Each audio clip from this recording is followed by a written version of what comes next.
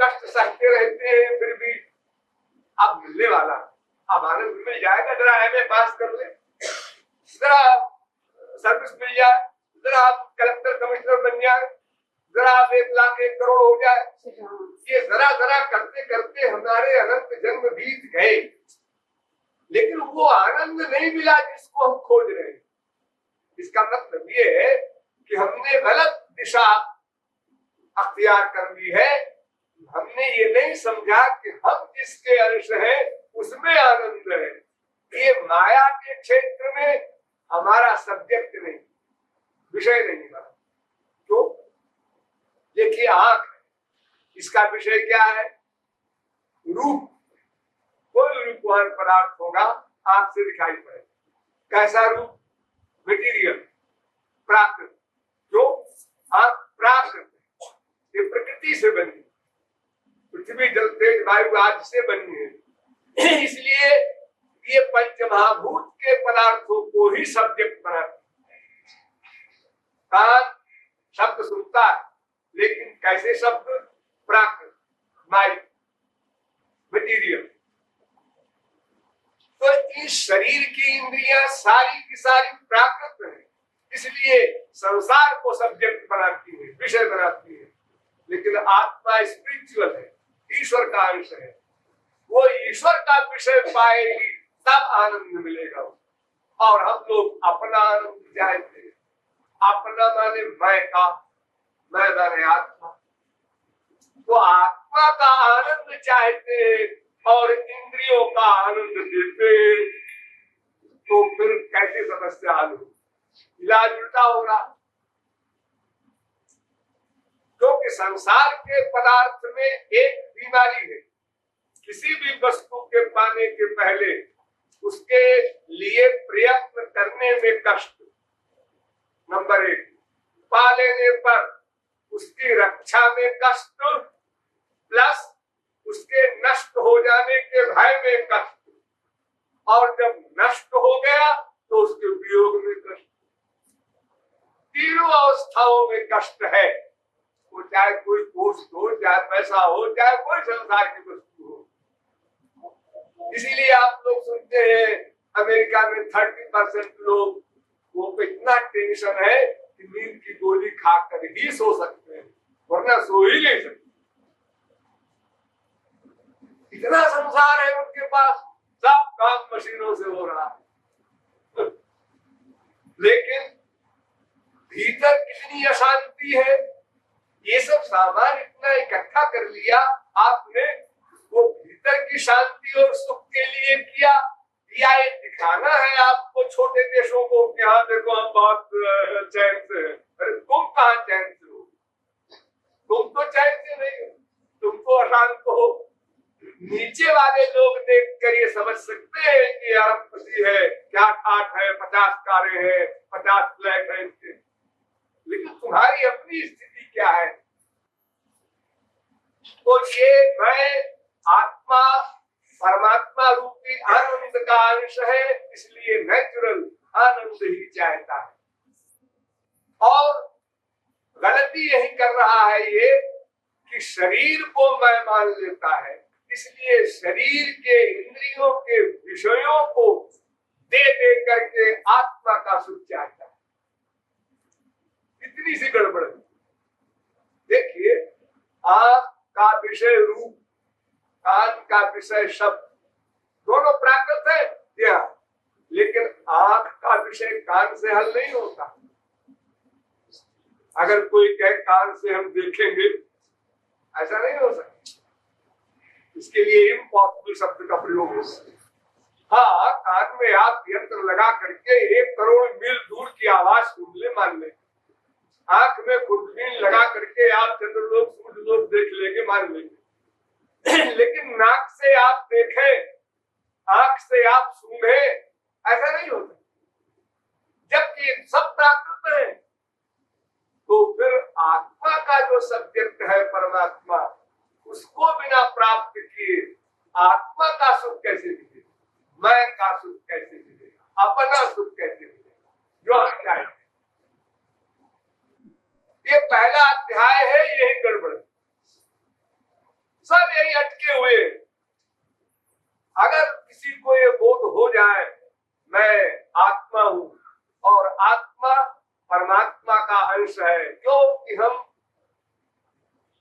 उसी एक आनंद को चाहते हैं, अनलिमिटेड हैप्पीनेस, लिमिटेड को नहीं चाहते। लिमिटेड तो रोज मिलता है, लिमिटेड तो भूख लगी खाना मिल गया, आनंद आ गया। एक माँ बाप बेटा हमसे अलग है, 10 दिन 20 दिन 10 महीने 20 महीने 10 साल 20 साल में मिला चिपकाया, आनंद मिल गया। ये आनंद जो आपको रोज मिला करता है, इसमें एक खिलवाड़ है, क्योंकि जब माँ ने चिपकाया बच्चे को पहली बार, बड़ा आनंद मिला, लिमिटेड। दोबारा चिपकाया, उससे कम हो गया, दोबारा और कम, चौथी बार जाओ बेटा खेलो। अगर लिमिटेड सुख भी है बेटे के चिपकाने में, तो माँ ऐसा क्यों कहती है जाओ बेटा खेलो? हम भूखे हो करके जब खाना खाना प्रारंभ करते हैं, रसगुल्ला, एक रसगुल्ला खाया, बड़ा सुख मिला, दूसरे में कम, तीसरे में कम, 8वें में खत्म। अगर 9वां रसगुल्ला कोई खिलाना चाहे, हम मर जाएंगे, माफ करो, उल्टी हो जाएगी, क्या हो जाएगा? अगर रसगुल्ला में सुख है तो खाए जाओ, और हर रसगुल्ला में उतनी लिमिट का सुख मिलना चाहिए। ऐसा नहीं, वो घटता जा रहा है और बाद में उसी से दुख भी मिलने लगा। वही बीबी, वही बेटा, वही बाप, वही माँ, सब आपके घर में बेटी है, सब आपका अनुभव है। कभी बड़ा अच्छा लगता है, कभी बहुत कम अच्छा लगता है, वही बाप, वही माँ, वही बीवी, और कभी बहुत खराब लगता है। ये परिवर्तन जो हो रहा है, आप अनुभव कर रहे हैं, ये क्या है? ये क्या है? ये तो हमने कभी नहीं सोचा, हमको टाइम ही नहीं मिलता। तुम मनुष्य हो, संसार में तुमको ही तो समझना है, और कौन समझेगा? कोई कुत्ते बिल्ली गधे समझेंगे क्या? इराद क्या है, गड़बड़ क्या है? यहाँ हमारा सुख नहीं, ये मानसिक हमारी बीमारी है, हम ही ने लगाई। बहुत दिन तक हमने चाय पिया तो वो चाय हमारी खोपड़ी में आके पिंच करे, दूसरे ने नहीं पिया वो आराम से बैठा। हमने बहुत दिन बेटे को चिपकाया है, मेरा बेटा, मेरा बेटा, मेरा बेटा, तो इसलिए बिना चिपकाए बेचैनी है। पड़ोसी के बेटे को नहीं चिपकाया, उसके लिए कोई बेचैनी नहीं। पड़ोसी का बेटा मर गया, राम राम राम राम, मर गया उसका बेटा, बस कैसे प्रशांत घाट में लगे उसके साथ। एक दिन करते हैं ना आप लोग, जैसे लोकसभा वगैरह में आप लोग देखते हैं, कोई नेता मर जाए, कोई एमपी मर जाए, मिनिस्टर मर जाए, तो मौन हो जाओ, खड़े हो जाओ, एक्टिंग करो। अरे हमारा कौन मर गया तो उसके लिए हम शोक मनाएंगे? ये शोक प्रस्ताव पास करेंगे। एक खिलवाड़ होता है संसार में। जहां हमारा अटैचमेंट है वहीं हमको सुख दुख मिलता है, सीधी सी बात। और अटैचमेंट हमने बनाया है, दूसरे ने नहीं बनाया, वो हमारा ही बनाया हुआ है। और जितनी लिमिट का हमने बनाया है, उतनी ही लिमिट का हमें सुख दुख मिलता है। उसके पाने में सुख, उसके वियोग में दुख। तो उस आनंद स्वरूप भगवान को प्राप्त करना ही एकमात्र हमारा लक्ष्य है। जब यह ज्ञान परिपक्व हो जाता है, बुद्धि में बैठ जाता है, तब वहां से प्रथम अध्याय प्रारंभ होता है कि उस आनंद स्वरूप परमात्मा को प्राप्त कैसे करें। उसको न देखा है, न देख सकते हैं, न सुना है, न सुन सकते हैं, न सूंघा है, न सूंघ सकते हैं, न सोचा है, न सोच सकते हैं, न जाना है, न जान सकते, जान भी नहीं सकते। हाँ, वो बुद्धि से परे। अरे परमात्मा को तो छोड़ दो, आत्मा ही बुद्धि से परे है। आत्मा दिव्य वस्तु है, ईश्वर का अंश है, और बुद्धि मटीरियल है, प्राकृत है, माइक। बुद्धि का प्रकाशक आत्मा है, बुद्धि आत्मा की प्रकाशिका नहीं हो सकती। प्रकाशक से प्रकाशित वस्तु अपने प्रकाशक की प्रकाशिका नहीं बन सकती।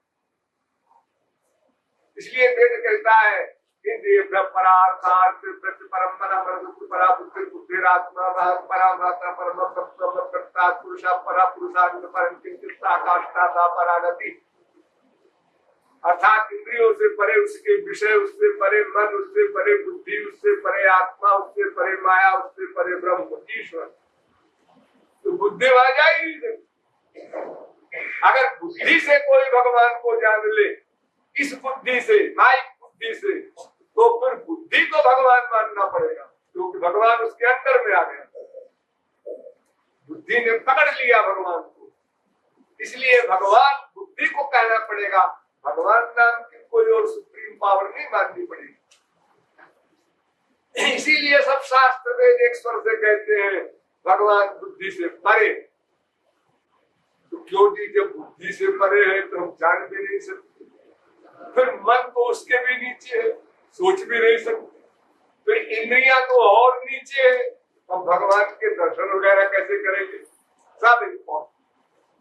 तो क्या अनंतानंद संतों ने भगवान को जाना नहीं, सोचा नहीं, देखा नहीं, सुना नहीं?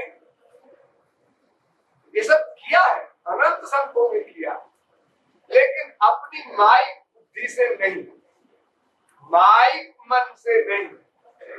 स्पिरिचुअल पावर जब भगवान देते हैं, यानी इस आंख में जब दिव्य आंख का प्लस होता है, तब हम भगवान को देख सकते हैं। जब अर्जुन से श्री कृष्ण ने गीता में कहा, मैं दिव्य दृष्टि दे रहा हूं, अब देख मुझको, वो पावर दिया, तब भगवान को देखा। इसी प्रकार जब बुद्धि में पावर देंगे, तदा में बुद्धि होगा तम ये बाबूपयांते गीता। जब वो बुद्धि देंगे भगवान अपनी वाली, अलौकिक, अनिर्वचनीय, दिव्य, तब उस दिव्य भगवान को हम जान सकते हैं।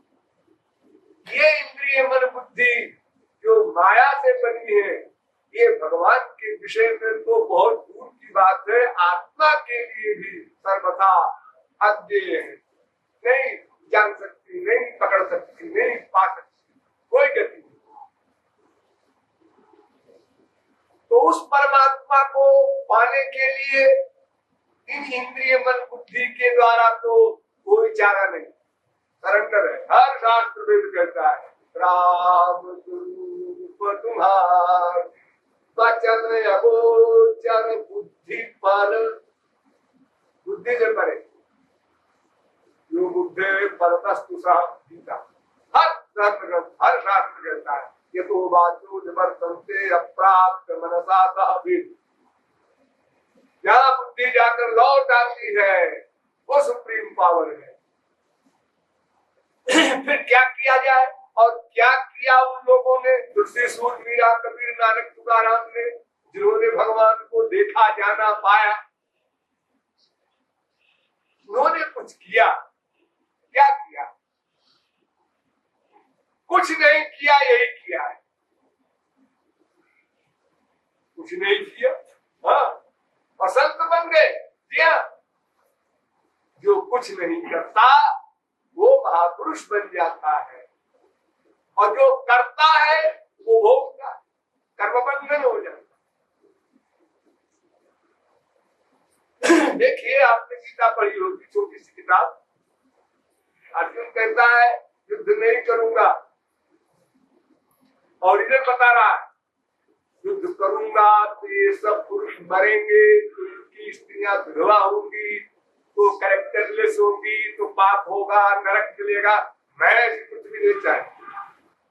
कितना बढ़िया उत्तर है अर्जुन का। अगर आज आपके सामने बताया न जाए कि कृष्ण नाम के कोई भगवान थे, अर्जुन नाम का कोई मनुष्य था, और ऐसे ही बताया जाए कि एक आदमी ऐसा भला आदमी था, उसने कहा लड़ाई नहीं लड़ूंगा मैं, इन सब का खून खच्चर होगा, ये मैं ऐसी कुछ भी नहीं चाहता, तो लेकिन उसने भिड़ा दिया और लड़ाई करा दिया और करोड़ों का मर्डर हो गया, तो लोग एक कहेंगे बहुत गिरा हुआ आदमी था, संसार में लोग ऐसे कहेंगे। लेकिन आज आपने समझ लिया श्री कृष्ण कौन है, मान लिया श्री कृष्ण कौन है, तो आप कहते हैं भाई ठीक किया, भगवान जो करते हैं ठीक करते।